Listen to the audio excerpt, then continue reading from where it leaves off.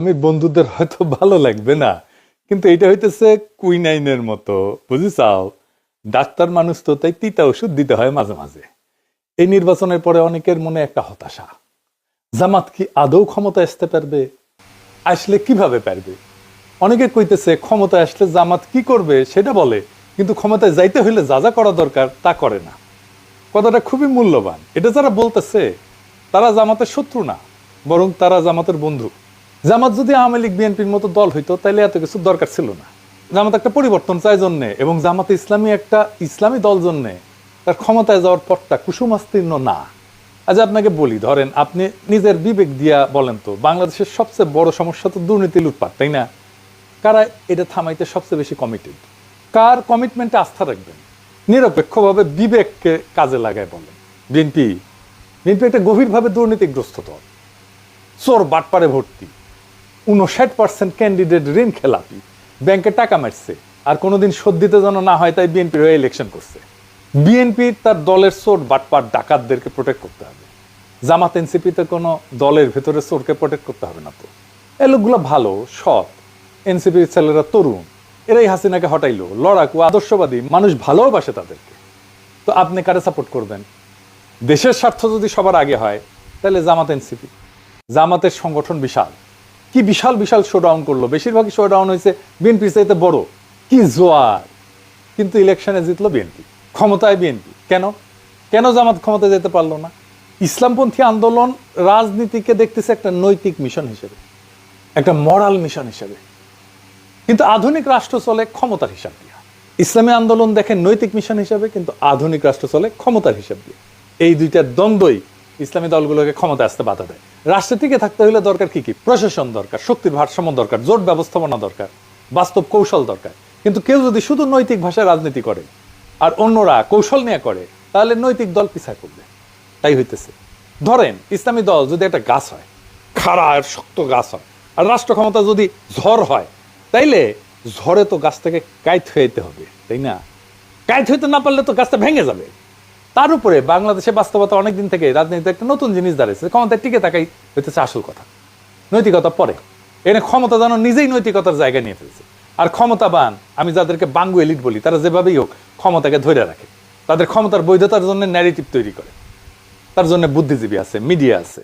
আমি একটা এক্সাম্পল দেখাই। বিএনপি ক্ষমতায় আসার পরে ন্যারেটিভ তৈরি করা শুরু হয়েছে মিডিয়াতে, প্রফেসর ইউনূস নাকি বাংলাদেশে দারিদ্র বাড়ায় দিয়ে গেছে, দারিদ্র বাড়িয়ে দিয়ে বিদায় দারিদ্রের জাদুঘরের শিরোনাম এক, ভিতরে টেক্সট এক। সব কয়টা কিন্তু বসুন্ধরা গ্রুপের পত্রিকা, দেখেন কালের কণ্ঠ, বাংলাদেশ প্রতিদিন, নিউজ 24, এমনকি ডেইলি সান, সবগুলোতে একই নিউজ। এরা আগে আমাদের নিয়ে সাইবার সন্ত্রাসী বইলা 3-4 কলামে স্টোরি করতো, হাসিনা পলানোর পরে মাপটাপ চাইয়া প্রত্যাহার করছে স্টোরিগুলো, আবার ঘুরে মাগুর স্যাং, বিপদে পড়ে আবার সে একই ভুল করে। তার উপরে আর একটা জিনিস আছে, কি সেটা? জামাত ক্ষমতায় আসবে শুনলে পুরো এস্টাবলিশমেন্ট, আমলাতন্ত্র, এলিট, এরা যে বন্দোবস্ত চলে কাইপা ওঠে একেবারে। আসল কারণ হইতেছে যে এরা তো এমন একটা সিস্টেম গড়ে তুলছে যেখানে চেয়ার টেবিল পর্যন্ত ঘুষ খায়। জামাত ক্ষমতা আসলে তো ঘুষ খাওয়া বন্ধ হয়ে যাবে। দেখেন নুরুল কবির কি বলে, বিএনপিকে নাকি নাকে রুমাল চাইপে ভোট দিচ্ছে জামাত ইসলাম থেকে বাঁচার জন্য। শুনেন আগে। এই দেশের বহু মানুষ নাকে রুমাল দিয়ে বিএনপিকে ভোট দিয়েছে। নাকে রুমাল দিয়ে কেন? ওই ধানের শীষ দেখলে তার চাঁদাবাজির দুর্গন্ধ তার নাকে আসে।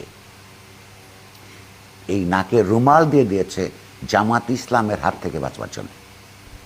শুনেছেন? আমি যদি ধরেও নি 1971 জামাত ইসলামের ভূমিকার জন্য ভোট দেয় নাই, তাহলে তো 1971 যার জন্ম হয় নাই তারও বয়স আজকে 56 বছর, তাই না?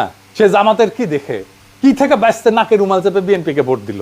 জামাত থেকে ব্যস্ত চায় কারণ তারা মনে করে যে জামাত আসলে ঘুষ বন্ধ হয়ে যাবে, দুর্নীতি বন্ধ হয়ে যাবে। এটা তো বলতে পারে না।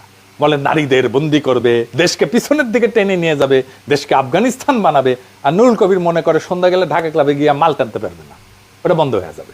নুরুল কবির যে কইছে জামাতের হাত থেকে বাঁচার জন্য বিএনপিকে ভোট দিছে, জামাত করবে এটা কি যেটা দেখে ভয় পাইছে নুরুল কবিরেরা? আমি তো আর কিছু দেখি না যে মদ খেতে না পারা ছাড়া। বাংলাদেশে সৎ মানুষ হইলে, নৈতিক হইলে খুব সমস্যা, খুবই সমস্যা। আমি একটা প্র্যাকটিক্যাল এক্সাম্পল দিই আমার পেশা থেকে। আপনি যদি সৎ প্র্যাকটিসিং ডাক্তার হন, আপনাকে একটা দুর্নীতিগ্রস্ত চক্রের মধ্যে ঢুকতেই হবে, এর মধ্যে ঢুকে যেতে হবে। আপনি প্র্যাকটিসই করতে পারবেন না এর মধ্যে না ঢুকলে। আপনি সৎ থাকতে চাইবেন, পারবেন না, পারবেনই না, একেবারেই পারবেন না। রুগী পাবেন না, রুগী যায় যেখান থেকে, ওই যে ফ্রন্ট ডেস্ক, ওইখানে আপনার অ্যাপয়েন্টমেন্টই না হবে না। বলা হবে আপনি দেশে নাই, আজকে আসবেন না, অসুস্থ, আরো নানা কথা ঘুরে বেড়াবে বাতাসে, বলা হবে আপনি ইমার্জেন্সি টাইমে পাওয়া যায় না, আপনাকে ফোন করলে আপনি ধরেন না, আপনি রোগীর সাথে খারাপ ব্যবহার করেন, আপনি রুগী মেরে ফেলেন, আপনি সিজার করতে যায় বাচ্চার পাশা কেটে ফেলেন, আপনার চাকরি চলে যায় অবস্থা, আসেন কয়েকদিন, দেখেন কয়দিন থাকে, এই তো সেদিন ওটির টেবিলে একটা রুগী মারা গেল, আপনি শেষ। আপনার মেধা দিয়ে কি করবেন, আপনার ক্লিনিক্যাল স্কিল দিয়ে কি করবেন, আপনি তো ফেল ওই গেটকিপারের কাছে। এটা হইল শাখের কড়া, যাইতেও কাটবে আসতেও কাটবে, এই নৈতিকতা।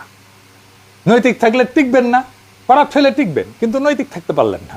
তো মরালের লেজিটিমেসি বা নৈতিক বৈধতা ধরে রাখতে গিয়া রাজনৈতিক কার্যকারিতা যে হারায় ফেলতেছে, এইটার সমাধানটা কি? আবার কারাপশনকে গ্রহণ করলে তো মরাল লেজিটিমেসি, নৈতিক বৈধতা হারায় চলে যায়। এই দ্বন্দ্বটাই হইতেছে একটা স্ট্রাকচারাল কনফ্লিক্ট। সমস্যাটা শুধু ইসলামপন্থীদের না, কারণ আমার মতো টাইপের বামেরা আসলেও একই সমস্যা করবে। সমস্যা হলো বাংলাদেশের রাষ্ট্র ব্যবস্থা এমনভাবে গড়ে উঠছে, সেখানে ক্ষমতা টিকায় রাখা সবচেয়ে বড় লজিক। এই পরিবেশে যে দলই আসুক, শুধু নৈতিক হইলে টিকবে না, শুধু ক্ষমতা খেলা নামলে নৈতিকতা হারায় ফেলবে।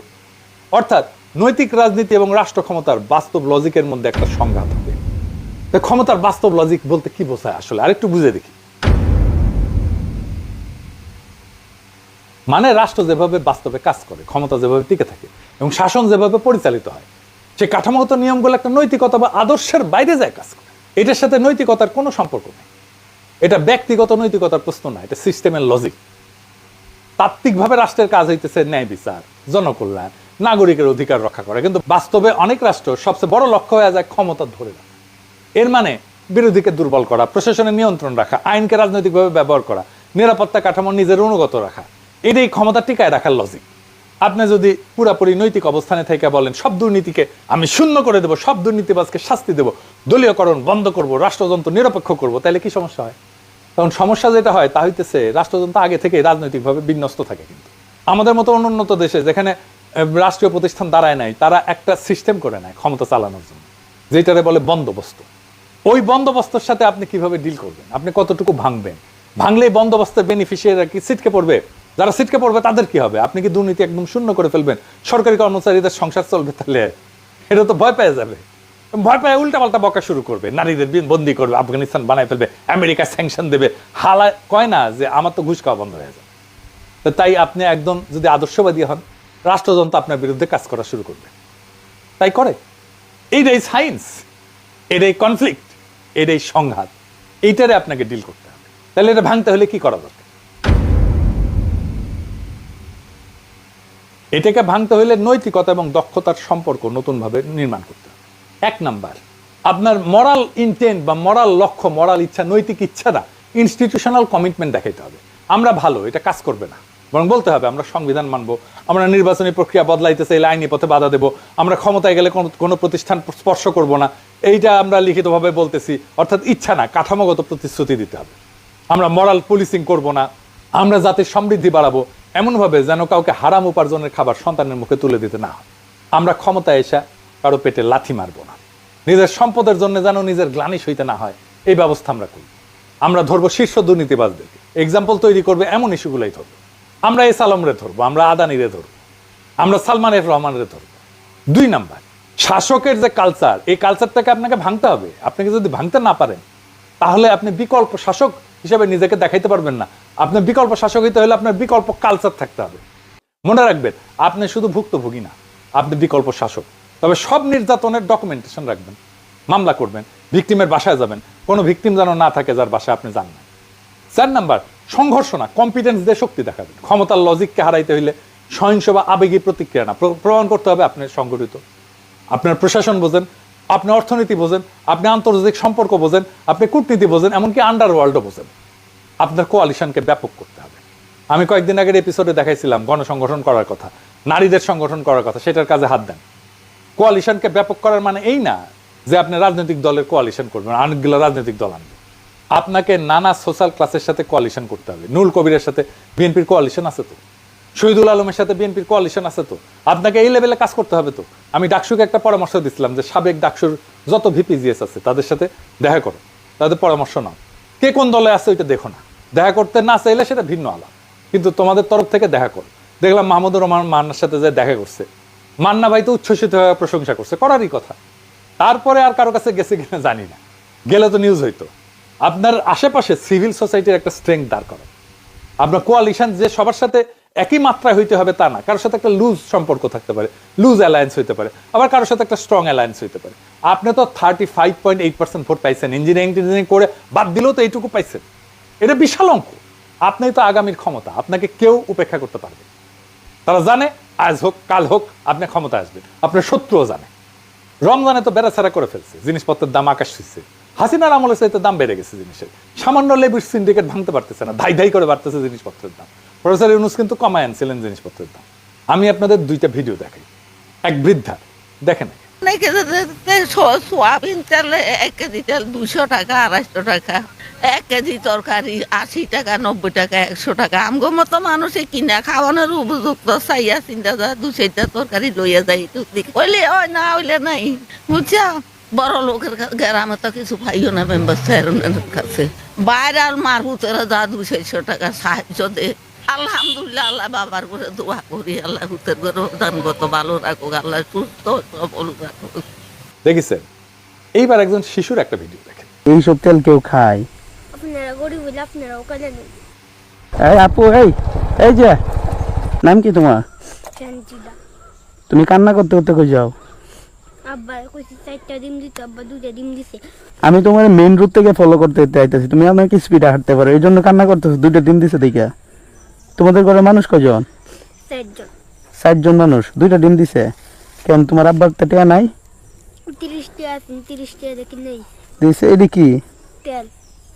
তেল? কি তেল এটা? এমন কেন? না মধু? সয়াবিন তেল, পুরা তেল এটা। ও, কই থেকে আনছো পুরা তেলটা? আমার আব্বা যে কামড়ে ফুটেলে হ্যাঁ হ্যাঁ। মাসে শুক্রবারে একদিন দিয়ে তেল এটা। ও মানে তোমার আব্বা হোটেলে কাম করে, প্রতি শুক্রবারে পুরা তেল আর কি দিয়া দেয়। কারণ আজকে তোমার 2টা ডিম দিয়ে দিছে, 2টা ডিম দিছে। এই জন্য তোমার কান্না করতে হইব। বুকা মেয়ে, কান্না করলে কি হইব? কান্না করলে কি তোমার আম্মা মারবো যে লাগে। তোমার আম্মা মারবো? আচ্ছা, এই তেলটা কি খাওয়া যায়? আম্মা সানুন রান দেই তেল দে। মানে তরকারি রান্ধো, খাওয়া যায় এমনিতে? হ্যাঁ। এইসব তেল কেউ খায়? আপনারা গরিব হইলে আপনারাও কেন? দেখছেন, বাবা হোটেলে কাজ করে, সেখান থেকে পোড়া তেল যেটা আসলে ফেলে দেওয়ার জন্য, সেইটা এই বাচ্চাটা নিয়ে আসে বাসায়, তরকারি রান্না করা হবে। এই রাষ্ট্র কখনো দরিদ্রদের সহায় হয় নাই, কখনো এদের কথা ভাবে নাই। ভাবলে এতদিন পরে এই নিদারুণ দারিদ্র থাকার কথা না। মানে রাষ্ট্র যদি দুর্বল আর দুস্থদের পাশে দাঁড়াইতেই না পারে, তাহলে ওই রাষ্ট্র থেকে লাভটা কি বলেন? এই বৃদ্ধার এই বাচ্চাটার জন্য আমাদের লড়াই জারি রাখতে হবে, কারণ এই মানুষগুলোর জীবনের সংকট বিএনপি সরকার দূর করতে পারবেই না, বাড়াইবে আর বহু গুণে বাড়াবে। আজ প্রশ্ন একটাই, এই রাষ্ট্র কার জন্য? ঢাকা ক্লাবের বারান্দায় বসে যারা ক্ষমতার গল্প লেখে, মদ খায় তাদের জন্য, নাকি সেই বৃদ্ধার জন্য যার হাতে থালা আছে কিন্তু থালায় খাবার নাই, নাকি সেই শিশুর জন্য যে হোটেলে ফেলে দেওয়া পোড়া তেল নিয়ে আসে বাসায় কারণ তার মা রান্না করবে কিছু একটা, যেভাবেই হোক? এই রাষ্ট্র কি তাদের, নাকি শুধু বন্দোবস্তের? সেই বন্দোবস্ত যে বন্দোবস্ত এতদিন ধরে চলে আসছে। আমরা রাজনীতি করতেছি তো ক্ষমতার জন্য না, আমরা রাজনীতি করতেছি মর্যাদার জন্য, ওই মানুষগুলোর জন্য। কিন্তু মনে রেখেন, মর্যাদা ভিক্ষা করে পাওয়া যায় না, মর্যাদা সংগঠিত শক্তি দিয়ে অর্জন করে নিতে হয়। আমরা শুধু ভালো মানুষ হলে চলবে না, আমাদের প্রমাণ করতে হবে আমরা শাসন করতে পারি, আমরা অর্থনীতি বুঝি, আমরা রাষ্ট্র বুঝি, আমরা ন্যায় বুঝি, আমরা ইনসাফ বুঝি, আমরা ভয় পাই না। যেদিন মানুষ দেখবে এই শক্তি নৈতিক, দক্ষ এবং স্থির, সেদিন এই বন্দোবস্ত কাইপা যাবে। কারণ তখন মানুষজন আরো ব্যাপকভাবে আমাদের পিছিয়ে এসে দাঁড়াবে। আজ যারা ভয় দেখায়, যারা ন্যারেটিভ বানায়, তারা জানে সময় বদলাইতেছে, বদলাই গেছে অলরেডি। এই লড়াই তো কারো বিরুদ্ধে না, এই লড়াই ওই বৃদ্ধার পক্ষে, এই লড়াই ওই শিশুটার পক্ষে, সেই শ্রমিকের পক্ষে, সেই দরিদ্রের পক্ষে যার ঘামে দেশ চলে কিন্তু যার ঘরে আলো জ্বলে না।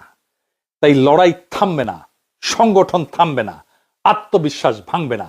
কারণ আমরা শুধু বিরোধী না, আমরাই আগামীর শাসক, আমরাই আগামীর রাষ্ট্র ক্ষমতা, আমরাই আগামীর শাসক হওয়ার প্রস্তুতিতে আছি, আমরাই আগামীর রাষ্ট্র ক্ষমতার ধারক এবং বাহক। ইনকিলাব জিন্দাবাদ।